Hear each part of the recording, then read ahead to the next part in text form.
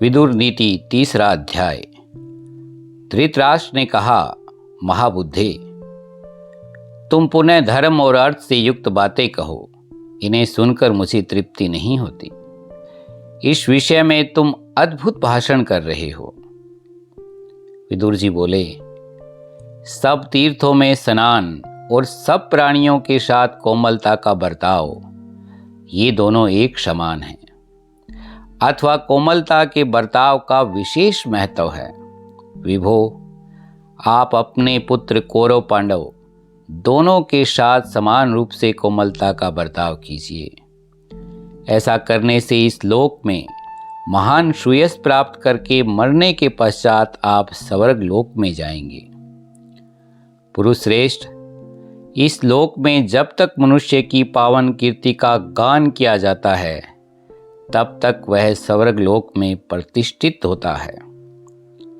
इस विषय में उस प्राचीन इतिहास का उदाहरण दिया जाता है जिसमें केशिनी के लिए सुधन्वा के साथ विरोचन के विवाद का वर्णन है। इस प्रकार विदुर जी ने धृतराष्ट्र को इस विवाद का संपूर्ण वर्णन सुनाया।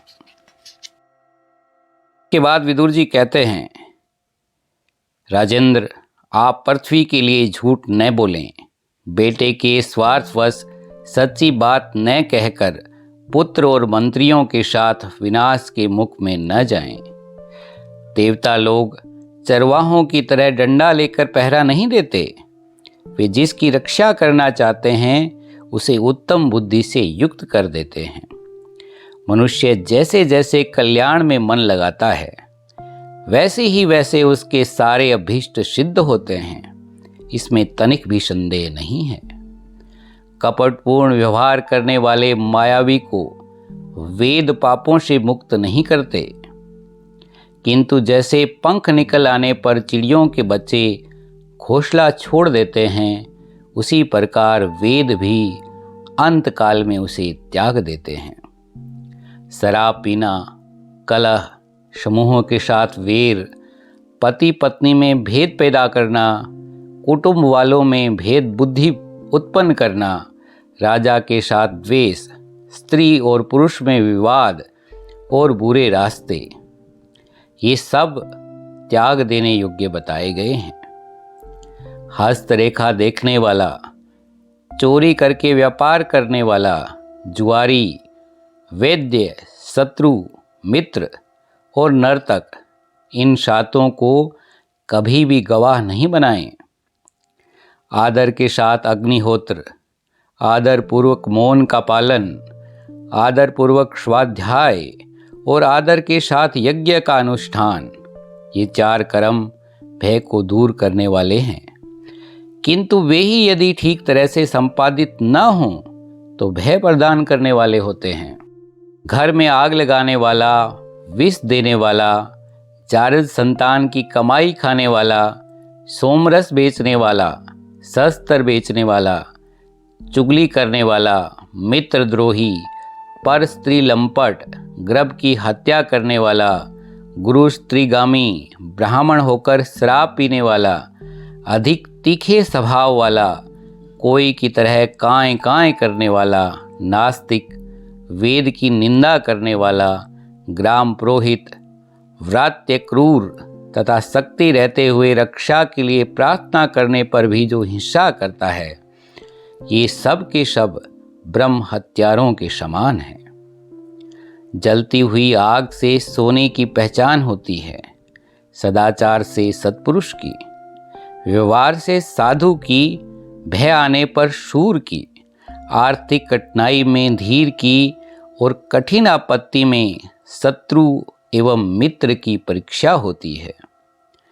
बुढ़ापा रूप को, आशा धीरता को, मृत्यु प्राणों को, दोष देखने की आदत धर्माचरण को, क्रोध लक्ष्मी को, नीच पुरुषों की सेवा सत्व स्वभाव को, काम लज्जा को और अभिमान सर्व शव को नाश कर देता है। शुभ कर्मों से लक्ष्मी की उत्पत्ति होती है, चतुरता से जड़ जमा लेती है और संयम से सुरक्षित रहती है। 8 गुण पुरुष की शोभा बढ़ाते हैं, बुद्धि, कुलीनता, दम, शास्त्र ज्ञान, पराक्रम, बहुत न बोलना, यथाशक्ति दान देना और कृतज्ञ होना। तात एक गुण ऐसा है जो इन सभी महत्वपूर्ण गुणों पर हठात अधिकार जमा लेता है।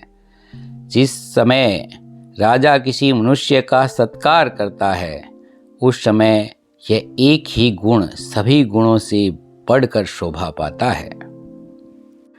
राजन, मनुष्य लोक में 8 गुण सर्वलोक का दर्शन कराने वाले हैं। इनमें से 4 तो संतों के साथ नित्य संबंध हैं, उनमें सदा विद्यमान रहते हैं, और 4 का सज्जन पुरुष अनुसरण करते हैं। यज्ञ, दान, अध्ययन और तप, ये 4 सज्जनों के साथ नित्य संबंध है, और इंद्रिय निग्रह, सत्य, सरलता और कोमलता, इन 4 का संत लोग अनुसरण करते हैं। यज्ञ, अध्ययन, दान, तप, सत्य, क्षमा, दया और अलोभ, ये धर्म के 8 प्रकार के मार्ग बताए गए हैं। इनमें से पहले 4 का तो दंभ के लिए भी सेवन किया जा सकता है, परंतु अंतिम 4 तो जो महात्मा नहीं है उनमें रह ही नहीं सकते। जिस सभा में बड़े बूढ़े नहीं, वह सभा नहीं। जो धर्म की बात न कहे, वे बूढ़े नहीं। जिनमें सत्य नहीं, वह धर्म नहीं, और जो कपट से पूर्ण हो, वह सत्य नहीं।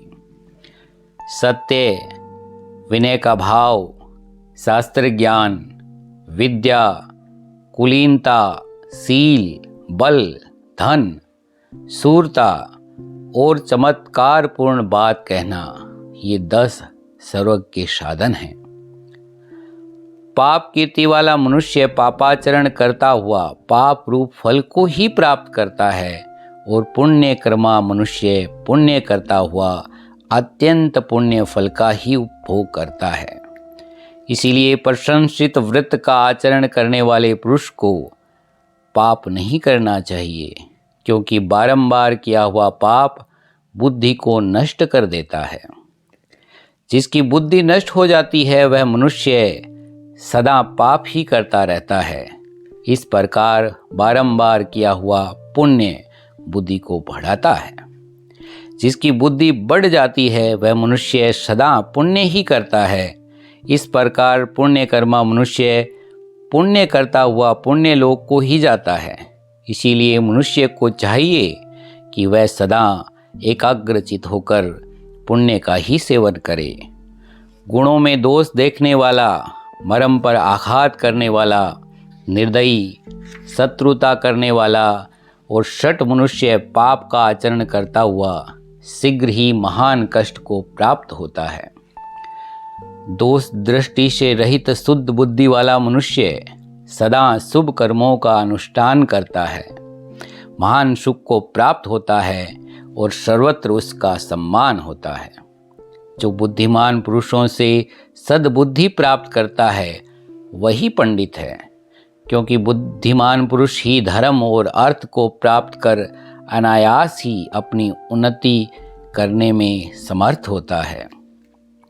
दिन भर में ही वह कार्य कर लें जिससे रात में सुख से रह सकें, और 8 महीनों में वो सारे कार्य कर लें जिससे वर्षा के 4 महीने सुख से व्यतीत कर सकें। पहली अवस्था में वह काम करें जिससे वृद्धावस्था में सुखपूर्वक रह सकें, और जीवन भर वह कार्य करें जिससे मरने के बाद भी सुख से रह सकें। सज्जन पुरुष पच जाने पर अन्न की, निष्कलंक जवानी बीत जाने पर स्त्री की, संग्राम जीत लेने पर शूर की, और तत्व ज्ञान प्राप्त हो जाने पर तपस्वी की प्रशंसा करते हैं। अधर्म से प्राप्त हुए धन के द्वारा जो दोष छिपाया जाता है, वह तो छिपता नहीं, उससे भिन्न और नया दोष प्रकट हो जाता है। अपने मन और इंद्रियों को वश में करने वाले शिष्यों के शासक गुरु हैं, दुष्टों के शासक राजा हैं, और छिपे छिपे पाप करने वालों के शासक सूर्यपुत्र यमराज हैं। ऋषि, नदी, महात्माओं के कुल तथा स्त्रियों के दुष्चरित्र का मूल नहीं जाना जा सकता। राजन, ब्राह्मणों की सेवा पूजा में संलग्न रहने वाला, दाता, कुटुंबी जनों के प्रति कोमलता का बर्ताव करने वाला और शीलवान राजा चिरकाल तक पृथ्वी का पालन करता है। सूर, विद्वान और सेवा धर्म को जानने वाले, ये 3 प्रकार के मनुष्य पृथ्वी से स्वर्ण रूपी पुष्प का संचय करते हैं। भारत, बुद्धि से विचार कर किए हुए कर्म श्रेष्ठ होते हैं। बाहुबल से किए जाने वाले कर्म मध्यम श्रेणी के हैं। जंघाओं से होने वाले कार्य अधम हैं और भार ढोने का काम महान अधम है। राजन, अब आप दुर्योधन, शकुनी, मूर्ख दुशासन तथा कर्ण पर राज्य का भार रखकर उन्नति कैसे चाहते हैं? भरत श्रेष्ठ, पांडव तो सभी उत्तम गुणों से संपन्न हैं और आप में पिता का सा भाव रखकर बर्ताव करते हैं। आप भी उन पर पुत्र भाव रखकर उचित बर्ताव कीजिए। जय श्री कृष्ण। धन्यवाद।